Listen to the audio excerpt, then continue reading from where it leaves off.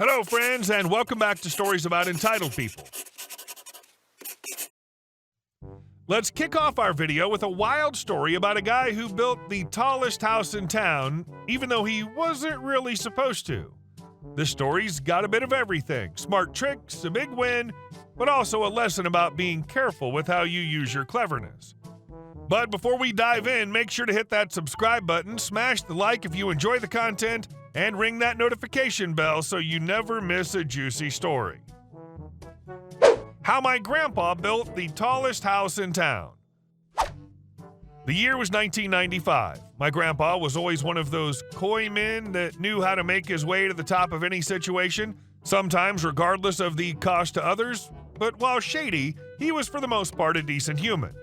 This story isn't about his shady side, though. It's about how he was able to build the tallest house in town, even though it was against building code for the county.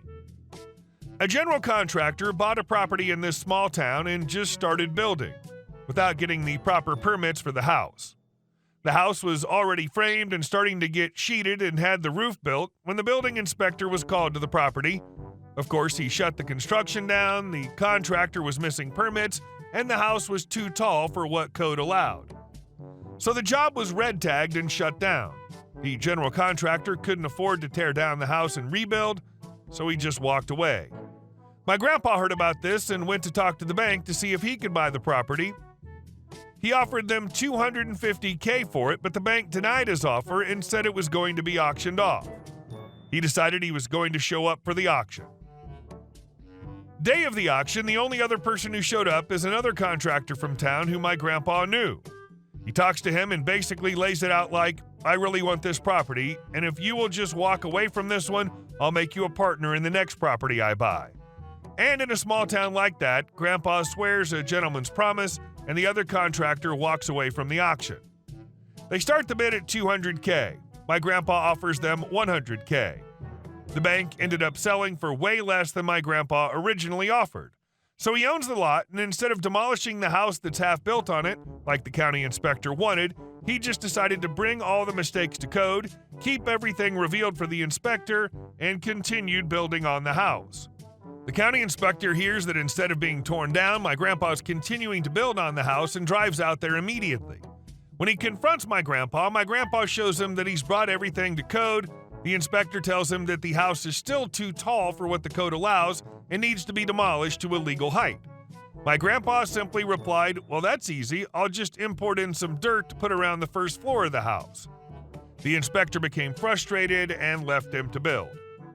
My grandpa was smart like that, but then the whole reason I know this story is because my grandpa let my family move in with him after this house was built, and while my dad was paying grandpa rent for us to be there, grandpa drained the equity out of the house, didn't pay the mortgage, and bailed to leave us homeless once the house was foreclosed. So it's like I said, he was a very clever man, but a little bit shady also. Sounds like he had some bad habits and money issues that cost him his house. It was really inconsiderate that he didn't give you warning before the foreclosure, but you were renters, presumably without a lease. And our second story: how a local doctor got the best malicious compliance against my boss. Somewhere around 2007, I was working as a drugstore manager, running the entire front store and the pharmacy. Pay was excellent for someone who was in their early to mid-20s, but the job was also soul-crushing in some stupid ways. A rule came down that cashiers can no longer have drinks at the register. They can drink on their lunch breaks and otherwise shouldn't need water. At the same time, they dialed back the AC so the store was constantly uncomfortably warm, but not technically dangerous. I had some of the best staff. One lady was roughly 65 and came to let me know she was on medicine that gave her dry mouth, so she needed me to know if I took her water away, she'd really have a hard time being able to talk to customers. She almost developed a lisp when she couldn't have her water. I told her, "No worries, have your water. I'll deal with my boss when he sees you someday." Because he was running 40 stores and mine was generally not a problem store, he only came by every 60 days or so. Eventually, he does swing in and asks her about her water. She says, "I have a medical condition," and I told her it was fine. I also told him I had approved the water. He pulls me into the office to let me know that for her to have that water, she needs a doctor's note. If he sees her with it again without a note, we both get written warnings. He explains this is because not following the company rule can't be a decision made by me. I'm flabbergasted. I'm just the manager in charge of the store. The company literally made me do drills on how to deal with bombs or shootings, but I can't approve a bottle of water? It must be an exception deemed necessary for medical needs. I explain this is stupid. He actually agrees, but says he's also following orders from above. Great. I pull my cashier aside and tell her what's up. I said I'm really sorry, but can she please just get her doctor to fax a stupid note over so we can cover our butts? She got a little gleam in her eye, and I was excited to see what it meant. Her next shift, she rolls in and says, "You're going to love this."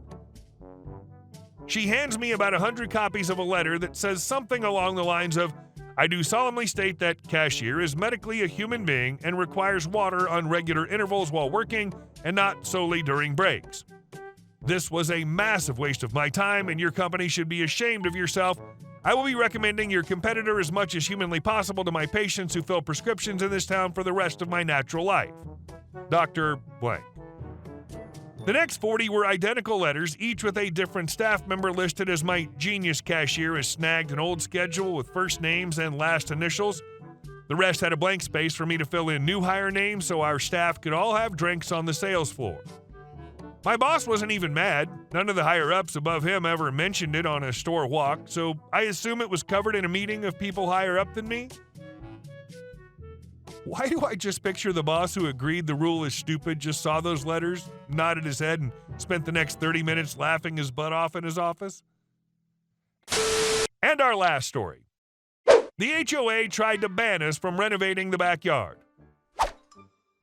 Maybe a covenant issue, not simply a HOA? You decide. This one shaped my youth. My family was military, so we moved around every 4 years growing up and lived primarily on base housing. That is, until we moved from Georgia to Michigan. Lots of differences in the two states, a lot less southern hospitality for sure. My parents moved into a nice subdivision that was an offshoot of a nicer subdivision. There were no signs for our less nice subdivision, but with the lot size and general attitude of neighbors towards each other and their own lawns, you could tell the difference. Well, just after I graduated high school, my parents decided to move around the corner to the nicer subdivision and a much nicer house and bigger lot. This is where the trouble began. This subdivision had a lake, so you were either a lake person or not. Again, smooth divisions that were palpable in the neighborhood.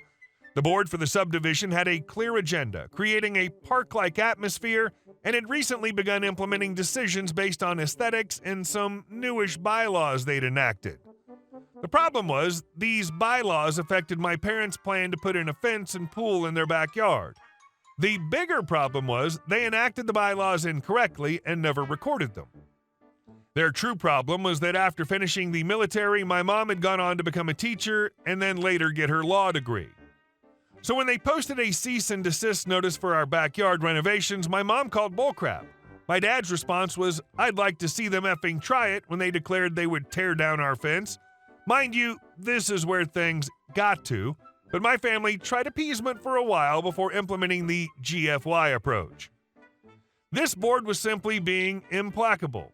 In Michigan, you have to have a fence if you want a pool. It's a safety liability thing. The people with lake houses didn't need fences and thought they were offensive to see and against their park aesthetic. So my parents offered to put a really nice fence up, not some crap chain link thing. Still no. Other people had similar issues with the board, offering many solutions only to be denied.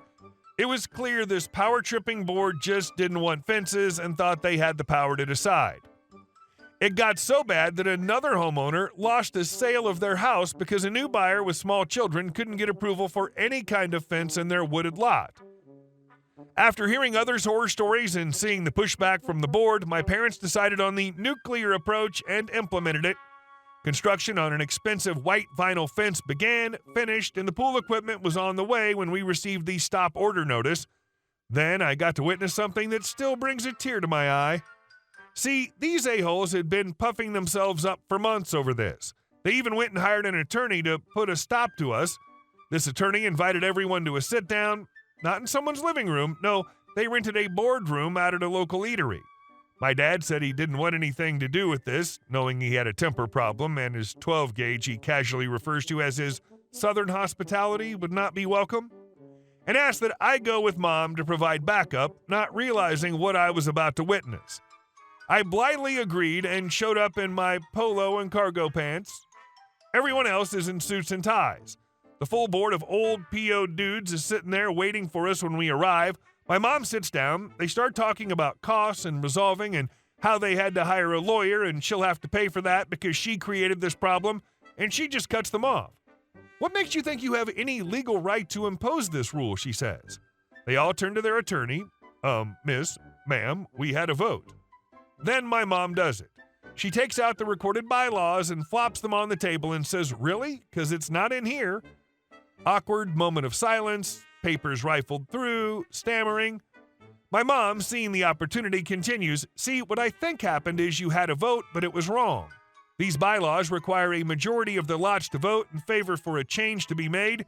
You had a majority of the votes cast, not a majority of the total lots.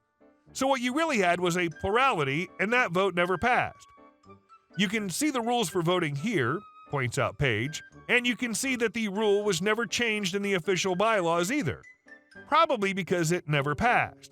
And now none of you have bothered to even read or follow the bylaws, and you're trying to impose them on me?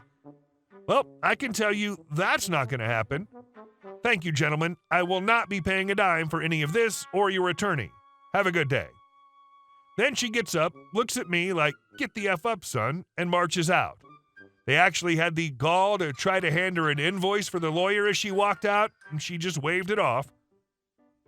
And that was the day I knew I wanted to be a lawyer. Serving fools like that, my mom showed me what it was to stand up to those who had let power go to their head. Hey guys, thank you all for watching the video. I'll see you in the next one.